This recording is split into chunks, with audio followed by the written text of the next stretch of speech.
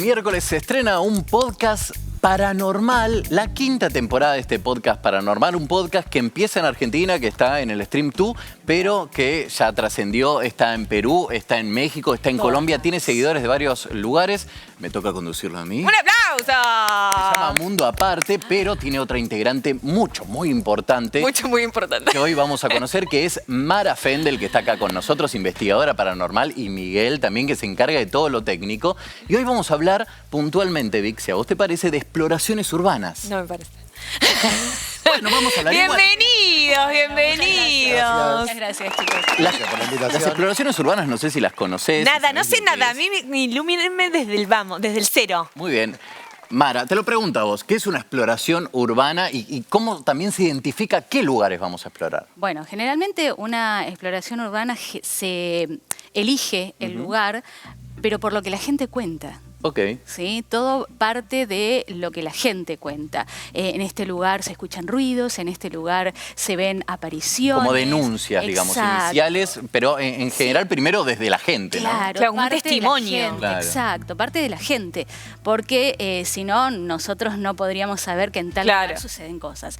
Entonces, a partir de ahí, primero se hace un estudio de campo, se habla con la gente. Nosotros hablamos mucho con la gente de las cosas que ven, de las cosas que escuchan, desde cuándo suceden, si coincidió con algún evento trágico que generalmente suele suceder, o si de pronto aparecieron las cosas. Entonces, si las cosas aparecen de pronto, es cuando a nosotros más nos interesan, porque ahí tenemos la posibilidad de descubrir o intentar descubrir y documentar de dónde parte eso. Para, entonces te sirve como que la gente te vaya mandando. Claro. Che, ¿y tenemos el Instagram de Mara? Tenemos el Instagram de Mundo Aparte, que es @enmundoaparte. Y ahí Mundo pueden mandar, Aparte, @enmundoaparte. Y el de Mara, que es @Buenos Aires Fantasma con Y. Buenos Aires Fantasma con Y.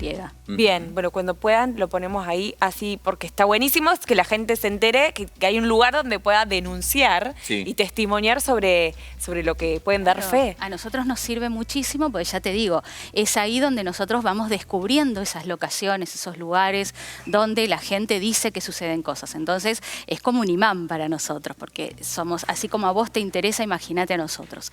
Entonces, nosotros preparamos todo y allá vamos. Primero a hablar con la gente y después a explorar el lugar directamente. Mara trabaja de una manera periodística, lo hacemos en Mundo Aparte, trabajamos periodísticamente, entonces primero recopilamos como estas denuncias, que a veces son denuncias sociales y otras veces son denuncias policiales. Digo, porque denuncias, che, se escuchan ruidos en el... O gritos. Se escuchan gritos súbitos a la medianoche en el hospital abandonado de al lado.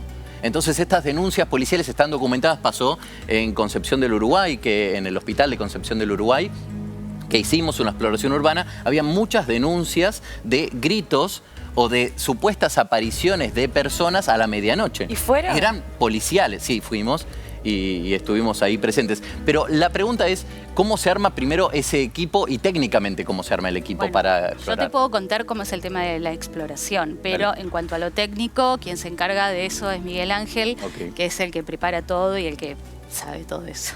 Muy bien. Bueno, mi trabajo en general es hacer tangible lo que no se ve.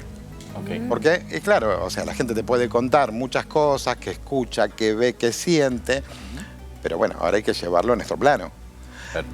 Y bueno. Y también hay mucho escéptico, ¿no? Que te dice, bueno, no, sí, está bien, pero puede ser una persona o en situación de calle que vive en tal lugar, puede ser esto. Digo, hay muchas explicaciones lógicas o racionales iniciales frente a lo que después podemos decir, no, la verdad que nada de todo esto pasó, hay algo paranormal que está sucediendo y que no se ve.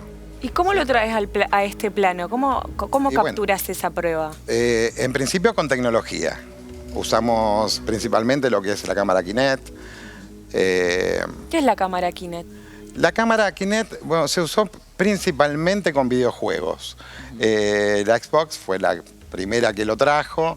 Es una cámara que capta movimientos, no hace falta. Claro, capta movimientos. Lo que tiene es que al tener otra velocidad, por ejemplo, está a 30 fotogramas por segundo, capta cosas que nosotros no llegamos a ver. Claro. Recordemos que nosotros vemos a 24 fotogramas por segundo y la cámara Kinect era muy utilizada, ¿te acordás? Bueno, sigue existiendo la Xbox, ¿viste? Para juegos de tenis, por ejemplo, donde vos hacías así, entonces captaba el movimiento, era una camarita que está arriba de la consola y capta esos movimientos. Entonces eso fuera de la consola, pero llevado a un lugar donde tal vez está todo oscuro y donde estás investigando, empieza a captar movimientos de humanoides, ¿no? Sí, claro. Empieza a captar y los transforma en imágenes y esas imágenes son las que nosotros analizamos. ¡Ay, es espectacular! Es sumamente interesante. Aparte, otra cosa que trabajamos también, que la maneja muy bien, es el tema de captar las psicofonías. ¿Sí? Todo lo que sea esas voces de ultratumba, esas voces, esos mensajes que justamente dan los espíritus. ¿Pero han escuchado alguna vez? Pero por supuesto, sí, de eso claro. es lo que se encarga él, justamente. Sí, ¿Y se quedan en el lugar? La idea es grabar durante un tiempo y después analizar esos audios, porque obviamente están, o sea, nosotros no podemos escucharlo. Entonces, sí o sí... Claro, no es audible al humano. Al humano. Claro, porque está en una frecuencia muy baja. ¿Y son palabras? ¿Se escuchan palabras? Sí, de hecho, bueno, en un momento estuvimos trabajando con un aparato que era fenomenal, que tenía... bueno, tuvimos la desafortunada situación de que nos robaron esos aparatos, pero bueno, era un aparato que traducía al momento la psicofonía. Eso nos ayudaba muchísimo en nuestras exploraciones, sobre todo en cementerios. ¿Por qué? Porque nosotros podíamos casi que interactuar con el espíritu que estaba queriendo. ¿Pero les hablaba a ustedes? Sí. Sí, o sea, no es que te hace una frase entera, sino que te va dando Hola, palabras. Mara, bienvenida. Claro, te va dando... Gracias por venir. Para nosotros claro, para nosotros como es más normal. Bueno, porque para, yo tengo una explicación para mi pregunta. Porque una vez me dijeron que por ahí las paredes o los lugares ¿viste como? Impregnaciones. Claro, impregnan el sonido, y que es claro, por ahí una palabra que se gritó, qué sé yo, sigue sonando. Entonces capaz no es... Un eco. Claro, algo así, que queda en el tiempo, ¿entendés? Y eso es menos común, Por ejemplo, donde nosotros utilizábamos más esto era en cementerios abandonados. ¿Por qué? Porque en el cementerio abandonado no existe eso. El problema que nos surgía era que había muchos espíritus queriendo comunicarse al mismo momento. Hay un ruido. Claro, se daba como un ruido. Entonces era muy difícil identificar a uno y tratar de entender a uno solo. De hecho, cuando uno nos guió a su tumba, hubo un espíritu que, bueno, en uno de estos cementerios abandonados...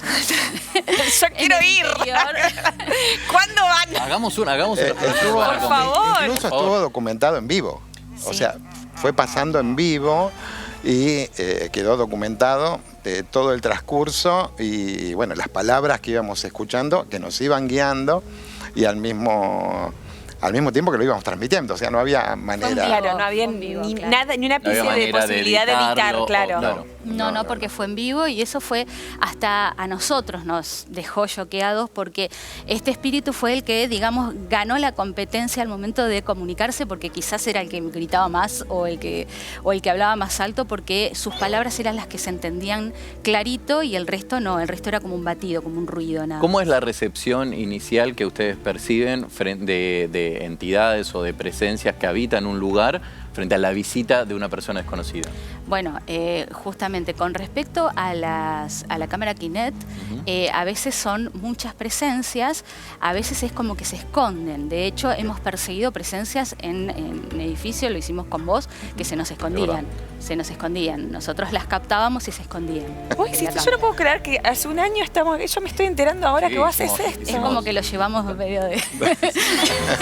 Vamos a comer algo y terminamos. Hicimos una que la vamos a volver a hacer porque parte de ese material se perdió, que fue en APTRA, en la Asociación de Periodistas Radiofónicos y Televisivos. ¿Dónde estuve? Sí, en la mansión de APTRA. Ahí hicimos una exploración donde había gente sentada, por ejemplo, en Presidencia, en la escalera. Pero esa gente como que no seres que los espíritus que no ascendieron, que se quedaron parados. Después eso ya pasa a otro tipo de investigación, ¿no? Nosotros cuando captamos este tipo de presencias, ahí es donde me toca a mí el trabajo.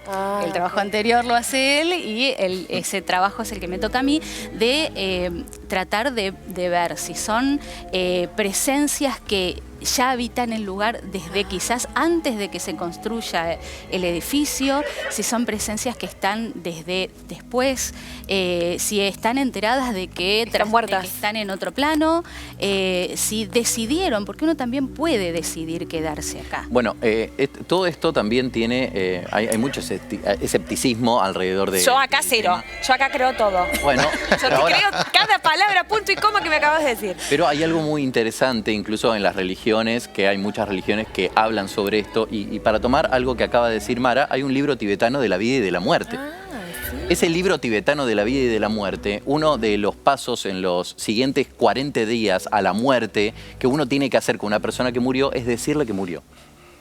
Es anunciarle con nombre y apellido, Pedro Gómez, moriste, Pedro Gómez, estás en otro plano. Y esconder las fotos también, dice. ¿Cómo? Esconder las fotos también. Exacto. Pero como anunciarle que pasó otro plano para que la persona cuando fallece entienda que justamente está en otro plano, que ya no forma parte del plano que estamos. Sí. Claro, de hecho el libro tibetano de los muertos empieza con una persona ya al borde de la muerte. El Popol Vuh, claro, con todos los sacerdotes alrededor de la cama de la persona que está por morir.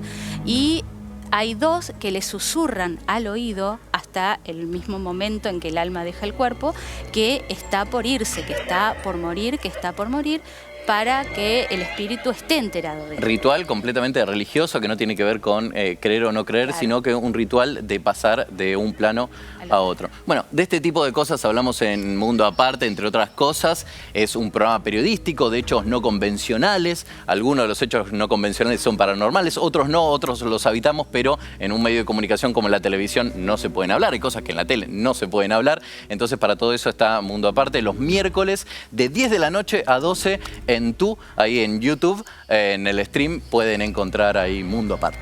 Bueno, vuelvan cuando quieran y llévenme cuando quieran